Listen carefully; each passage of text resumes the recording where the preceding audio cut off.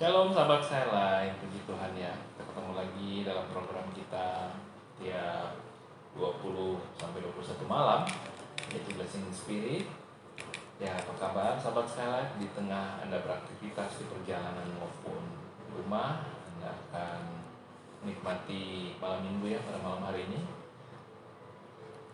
Tentunya kita rindu diisi oleh firman Tuhan agar kehidupan kita bisa diubahkan dan diberkati dalam kehendaknya tentunya. Dan lewat program ini telah hadir di studio sahabat Skyline mungkin tidak asing lagi, yaitu Pastor Mefril yang siap untuk membawakan firman Tuhan pada malam hari ini. Shalom Pastor. Shalom, luar biasa baik. Ya, oke. Topik hari ini apa untuk Kita akan bicara dari hal menabur. Oke, sahabat Skyline, siapkan hati Anda. Kita akan belajar kebenaran firman Tuhan bersama Pastor Mefril Suwu.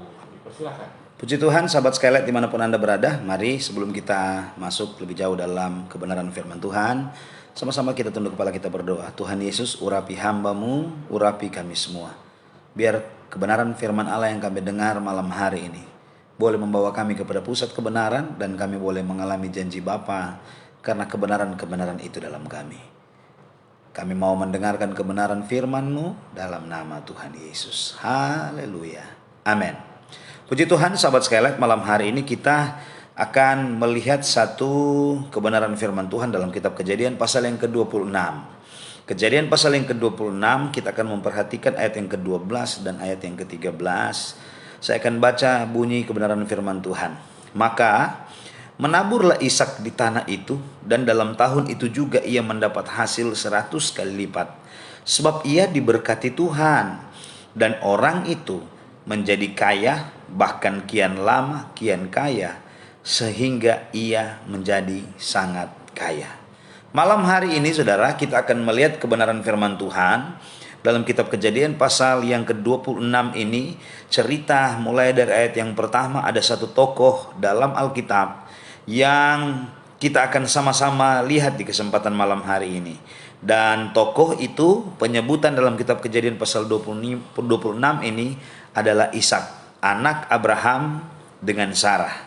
Dia adalah salah satu tokoh yang sangat terkenal atau nenek moyang Yahudi yang paling penting jika saya dan saudara melihat kenyataan dan keberadaan dalam cerita dalam Alkitab. Ishak arti namanya adalah tertawa. Ayahnya Abraham, ibunya Sarah, istrinya Ribkah. Dan dalam Kejadian pasal yang ke-26 ini, ayat yang ke-13, maka saya dan saudara akan menemukan dalam ayat yang ke-12 dan ayat yang ke-13, Ishak diberkati Tuhan, menjadi kaya, bahkan kian lama kian kaya, sehingga ia menjadi sangat kaya, kata firman Tuhan. Dalam catatan kebenaran firman Allah ini, saya dan saudara akan melihat bahwa kenyataan kehidupan dari Ishak saat itu, dia diberkati Tuhan. Kata firman Allah, menjadi kaya, kian lama kian kaya, bahkan sangat kaya. Padahal kalau saya dan saudara melihat pada ayat yang pertama, Ishak ada di tanah Filistin ketika timbul kelaparan, kata firman Allah dalam ayat yang pertama. Maka timbullah kelaparan di negeri itu.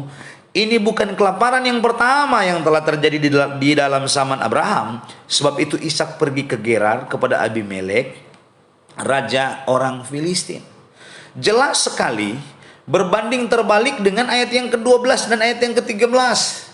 Di mana ayat yang pertama menjelaskan dia ada di masa penyingkiran atau dia lari dari negerinya karena keadaan yang mengalami krisis kelaparan di sana. Ketika krisis terjadi, firman Allah katakan dalam ayat yang ke-12 dan yang ke-13, perbandingan terbalik dari krisis. Nah, di kesempatan malam hari ini kita akan melihat rahasia sukses dari Ishak. Sebenarnya Ishak, kalau saya dan saudara melihat dari ayat yang pertama dan pasal-pasal sebelumnya, jelas sekali bahwa kelaparan ini terjadi berulang-ulang, kata firman Allah. Dan kelaparan ini mengakibatkan Ishak angkat kaki pergi ke Filistin, negeri Filistin. Dan firman Allah jelaskan tempatnya adalah Gerar. Gerar, kalau saya dan saudara melihat dari pengertian bahasa asli, penggunaan kata Gerar ini menunjukkan satu tempat atau istilah Ibraninya lingkaran, satu tempat di mana kota ini adalah kota purba di selatan Gaza, di bukit-bukit pegunungan Yudea.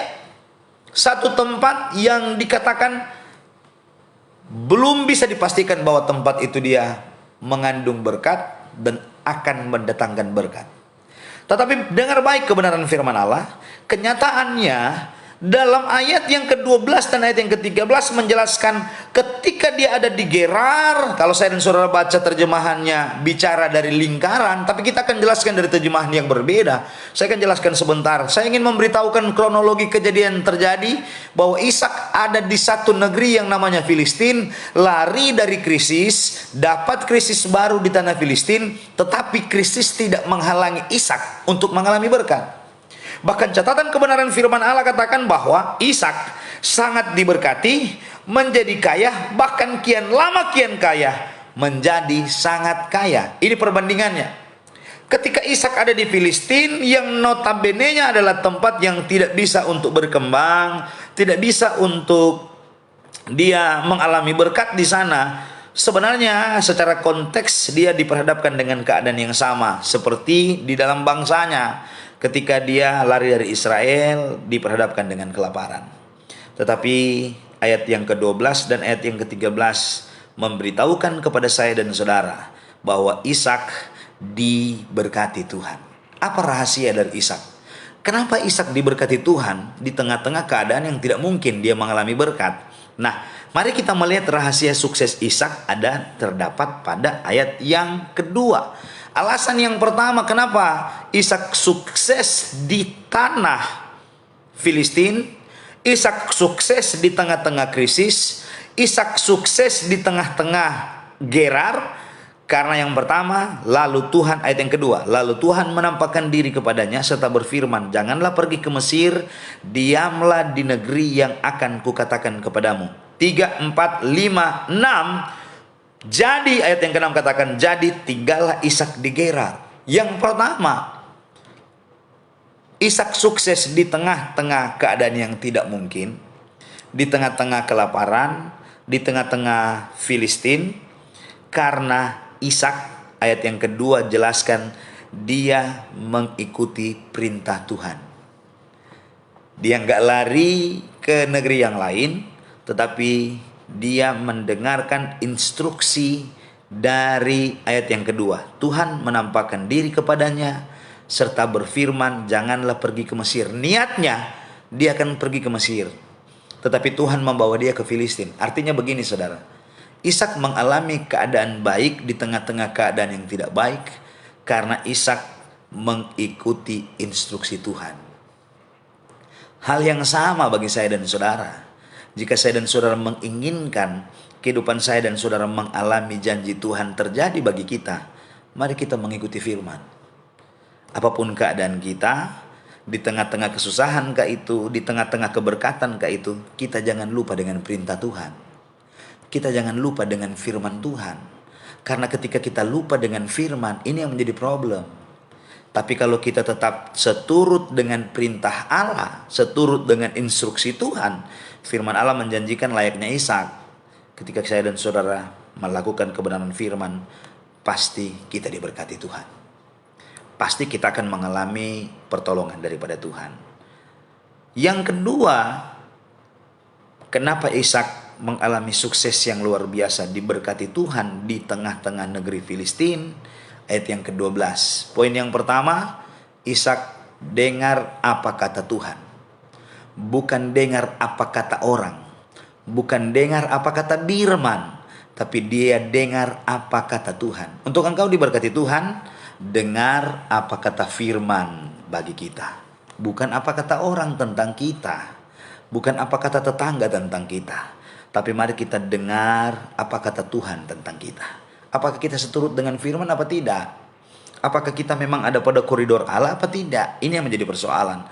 Karena ada banyak anak-anak Tuhan hari-hari ini mau mengalami diberkati Tuhan, tetapi Tuhan berpendapat lain kepada kita. Kita kenal Tuhan. Matius pasal 7 ayat 21 menjelaskan betul banyak orang kenal Tuhan. Banyak orang melakukan perintah Tuhan. Banyak orang mengadakan mujizat. Tapi firman Allah katakan Enyahlah engkau pembuat kejahatan, aku tidak mengenal kamu. Bukan berarti ketika saya dan saudara hadir di gereja bahwa Tuhan mengenal kita.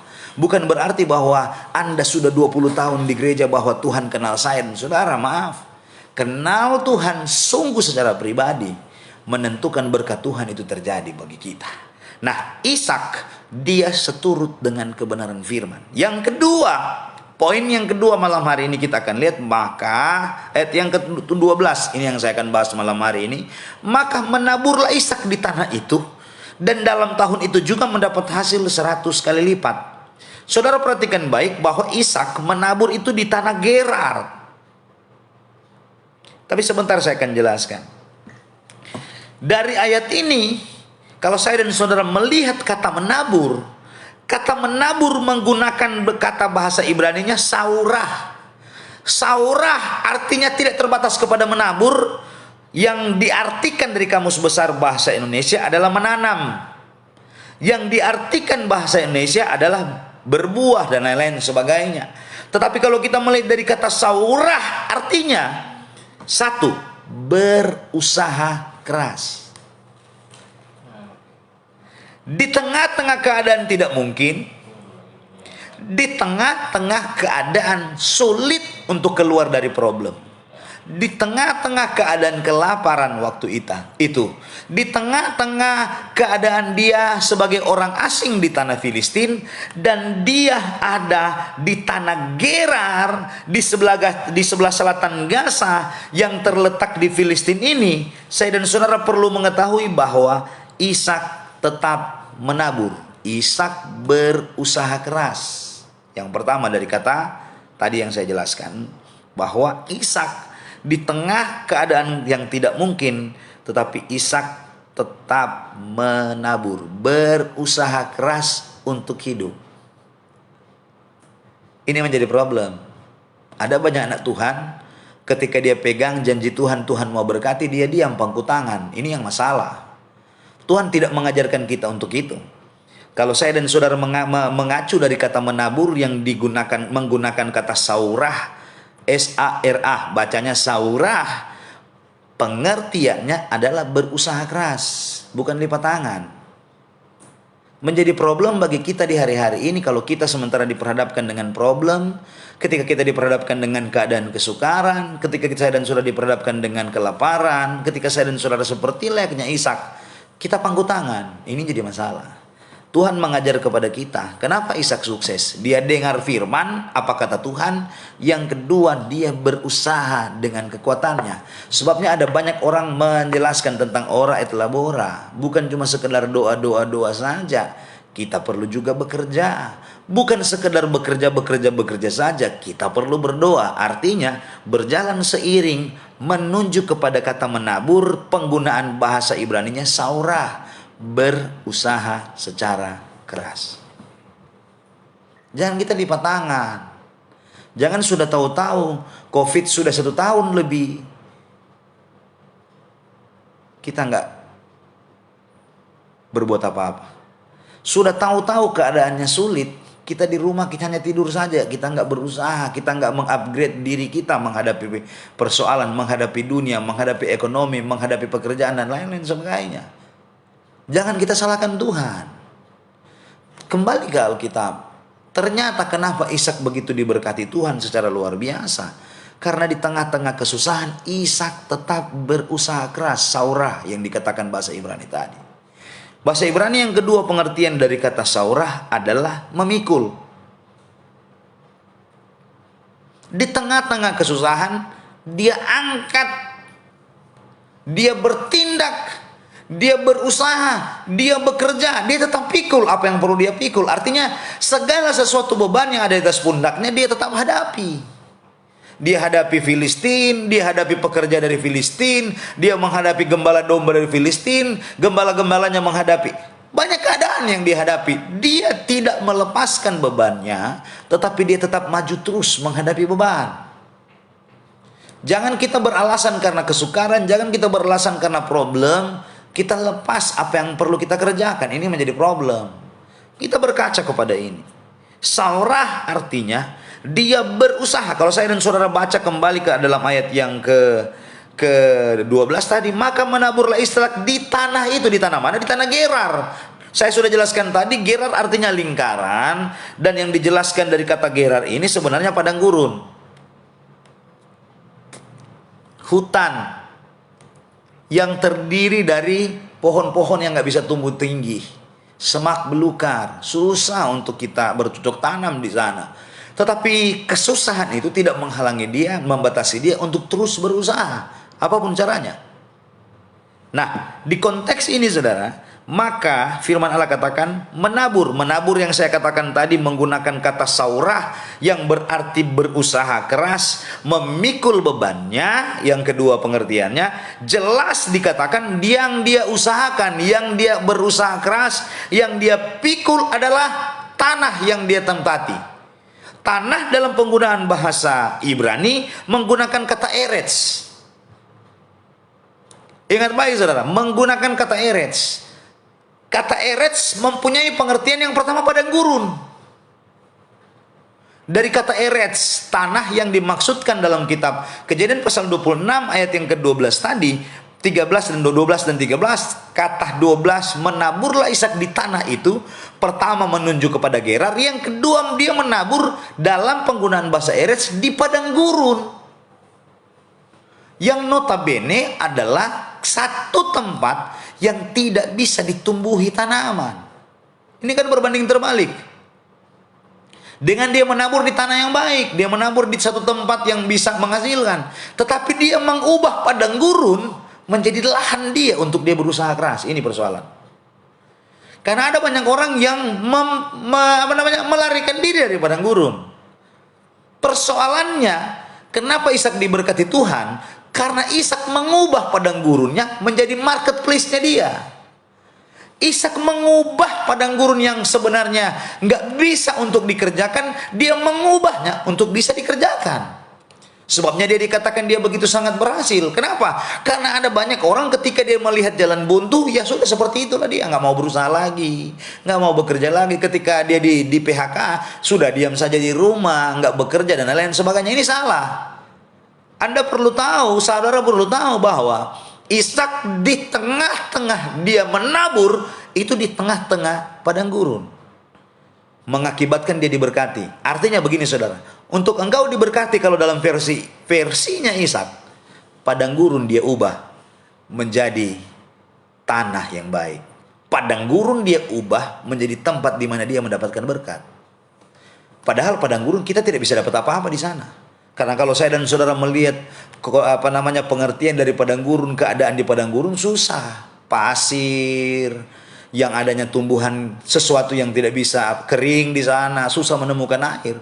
Tetapi dengar baik, padang gurun diubah Ishak menjadi tempat di mana dia diberkati Tuhan. Yang kedua, kata eretz menggunakan kata dunia. Ishak mengelola dunia di sekitar dia. Dia tidak lari dari dunia, tapi dia mengelola dunia di sekitar dia. Ini kalau dalam pengertian luas, saudara. Yang saya suka pengertian yang bahasa eretz, yang saya suka adalah yang ketiga, artinya tanah. Tanah, jika saya dan saudara hubungkan dengan kejadian pasal yang kedua, yang dihembuskan nefes haya itu menggunakan kata eretz. Saya dan saudara produk asalinya tanah. Dia tidak ada gunanya, dia hanya berbentuk eretz, tidak ada gunanya. Tanah itu tidak ada gunanya, tempatnya di bawah. Sesuatu yang mudah, karena dalam penggunaan bahasa Ibrani dalam kitab Kejadian pasal 2, dia ada beberapa kata yang digunakan, eretz, adama, dan apar. Dari tiga kata ini, yang saya senang dari kata eretz ini, yang dimaksud yang penggunaan bahasa 12, Ishak mengelola diri. Ini kalau menunjuk kepada eretz, menunjuk kepada kita, produk asali kita. Ishak mengelola dirinya untuk tidak takluk pada keadaan, tidak takluk pada masalah, tidak takluk pada problem, tidak takut pada kelaparan, tidak takut pada padang gurun. Dia mengelola dirinya untuk menaklukkan padang gurun. Ini persoalan. Karena ada banyak orang juga seperti itu, ketika diperhadapkan dengan padang gurun, dia tidak mampu mengelola dirinya. Akhirnya kenapa? Kalah. Kita harus mampu mengelola eretz yang ada dalam kita. Kita ini Eretz. Kejadian pasal 2, saya dan saudara dibentuk, dibuat Tuhan dari debu tanah. Menggunakan kata Adama, Apar, dan Eretz. Sama penggunaannya dalam kitab Kejadian pasal 26 ayat yang ke-13. Ishak berusaha keras, kata firman Allah, dari kata Saurah. Dia berusaha keras apa? Dia berusaha keras kepada Eretz, kepada dirinya. Dia taklukkan dirinya. Dia berusaha keras, dia pikul persoalan, dia pikul masalah. Dan dia mengubah masalah menjadi lahan untuk mendapatkan berkat. Nah, dari hal inilah maka saya dan saudara menemukan yang pertama, kenapa Ishak begitu menjadi sangat kaya, semakin kaya dan tambah kaya, dan dia terkenal pada waktu itu diberkati Tuhan. Yang pertama, dia nggak ikut apa kata orang, tapi dia ikut apa kata firman. Dan yang kedua, dia berusaha keras, dia menabur, dia menanam, dia berbuah, dia memikul segala bebannya untuk mengelola tanah, dirinya, dunia, dan keadaan di sekitar, supaya dia mampu menaklukkan itu lewat cara-cara Allah. Yang ketiga, yang dia kelola tadi saya sudah jelaskan. Jadi kata menabur adalah sesuatu yang digunakan kata bahasa Ibrani saurah, berusaha keras. Berusaha keras, memikul, menanam, berbuah. Di tengah-tengah dia menggunakan kata tanah, Eretz, yang berarti pertama padang gurun, yang kedua dunia, dan yang ketiga tubuh, tanah. Dia kelola tiga hal ini dengan usaha yang keras.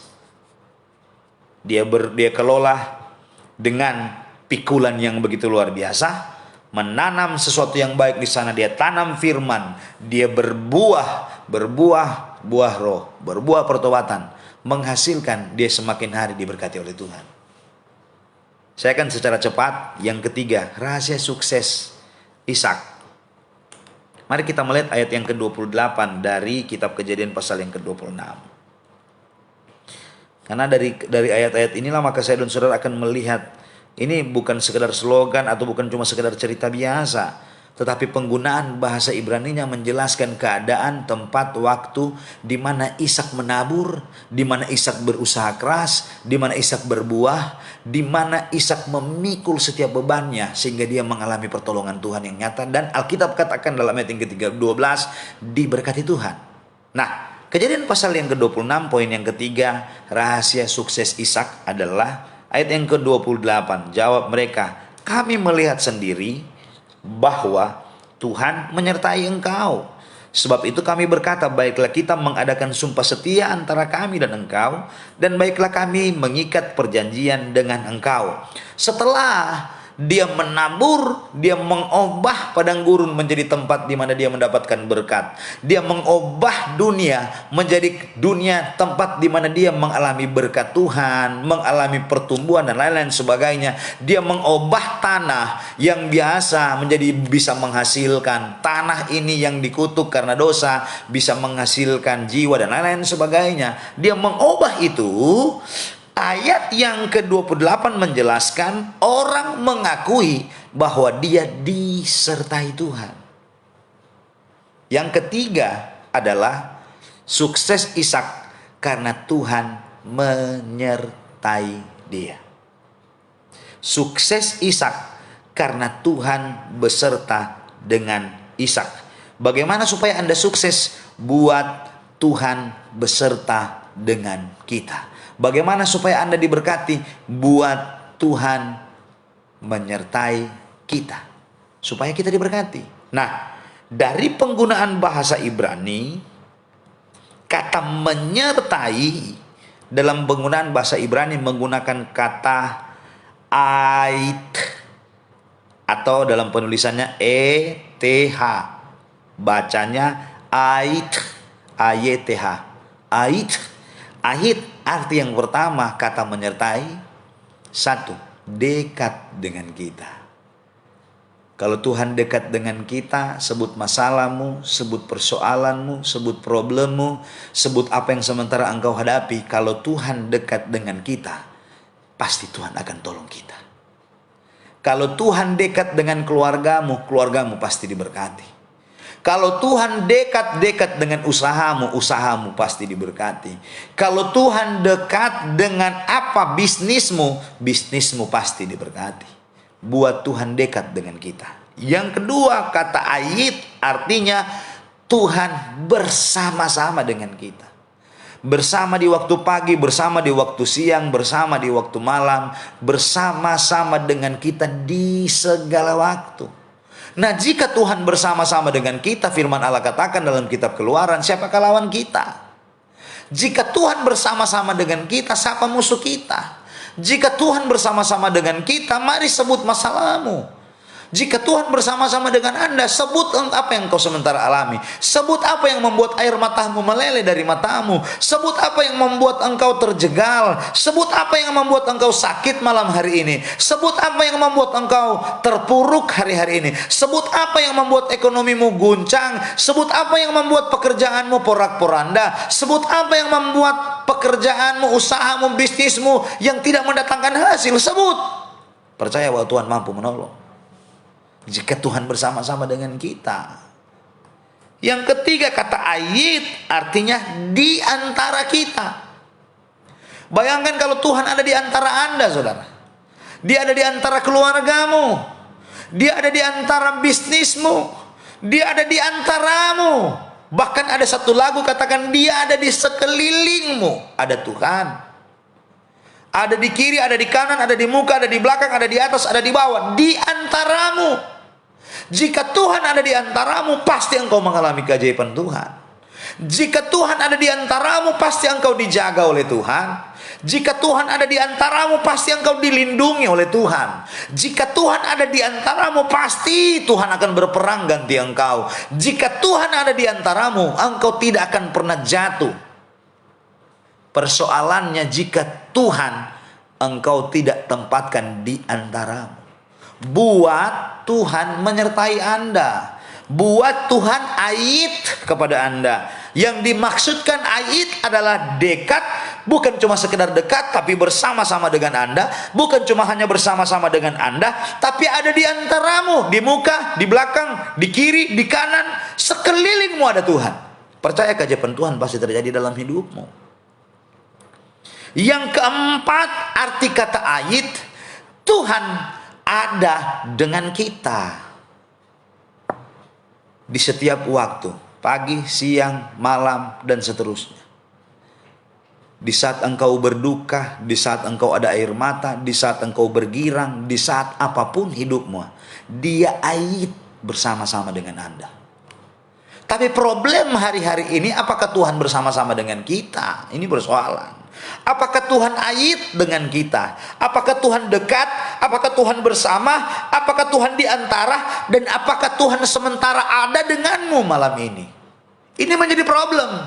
Bagaimana engkau akan mengalami keajaiban Tuhan jika Tuhan tidak ayit dengan kita? Ini problemnya. Ada banyak orang yang ingin klaim janji Tuhan. Oh, Tuhan dahsyat, Tuhan luar biasa, Tuhan sangat hebat, Dia mampu menolong, Dia mampu memberkati. Tapi bagaimana Dia mampu memberkati jika Dia jauh? Dia tidak ayit dengan kita. Yang problem malam hari ini adalah firman Allah katakan sebenarnya tangan Tuhan tidak kurang panjang untuk menolong dalam kitab Yesaya pasal 59. Telinganya tidak kurang tajam untuk mendengar, tetapi yang merupakan pemisah antara engkau dengan keajaiban Tuhan adalah dosa dan pelanggaran. Bagaimana ayit akan terjadi bagi kita kalau ada dosa dalam hidup ini? Bagaimana ayit akan terjadi bagi kita kalau ada pelanggaran dalam hidup ini? Dosa dalam penggunaan bahasa asli tidak tepat sasaran, bengko. Kalau Anda masih bapak-bapak rumah tangga yang bengko, engkau tidak akan mengalami ayit Tuhan. Kalau engkau ibu-ibu rumah tangga masih bengko pikiranmu, bengko cara hidupmu, Tuhan tidak akan ayit dengan Anda. Begitu juga engkau anak muda, jika engkau masih bengko, Tuhan tidak akan ayit dengan Anda. Menjadi pokok persoalan malam hari ini adalah di mana engkau diberkati, semakin lama diberkati, semakin diberkati, semakin diberkati seperti layaknya Ishak. Engkau harus memposisikan hidupmu, Tuhan ait dengan kita, Tuhan menyertai kita, Tuhan dengan kita, Tuhan dekat dengan kita, Tuhan bersama-sama dengan kita, Tuhan ada di antara kita. Tapi kalau kita hari-hari ini menginginkan di mana Tuhan memberkati kita, tapi Tuhan tidak ait dengan kita, keajaiban Tuhan tidak akan terjadi dalam hidupmu. Buat Tuhan ait dengan Anda. Buat Tuhan ait dengan usahamu. Buat Tuhan ait dalam bahasa Ibrani, Tuhan bersama-sama dengan doamu. Dengan ibumu, dengan bapamu, dengan anakmu, dengan usahamu, dengan pekerjaanmu, dengan bisnismu, dengan pelayananmu, seluruh aspek hidupmu dia ait. Percaya engkau akan terkagum-kagum dengan keajaiban Tuhan. Tapi menjadi persoalan ketika kita masih ada pelanggaran, kita ada masih dosa dalam hidup ini. Kita ada masih banyak kesalahan yang kita buat. Bagaimana Tuhan akan ait dengan kita? Sebabnya malam hari ini, poin yang ketiga, supaya Anda semakin diberkati, semakin kaya dan sangat kaya, firman Allah katakan, buat Tuhan ait dengan kita.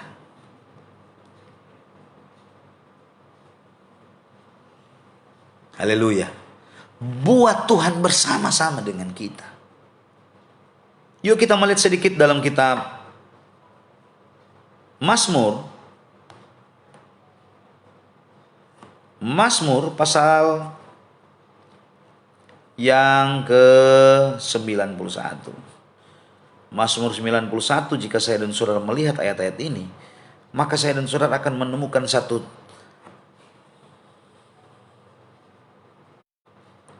Yuk kita akan melihat. Saya akan baca dalam ayat yang ke-6 atau dalam ayat yang ke-5. Engkau tak usah takut terhadap pedasatan malam, terhadap panah yang terbang di waktu siang, terhadap penyakit sampar yang berjalan di dalam gelap, terhadap penyakit menular yang mengamuk di waktu petang. Walau 1000 rebah di sisimu, 10.000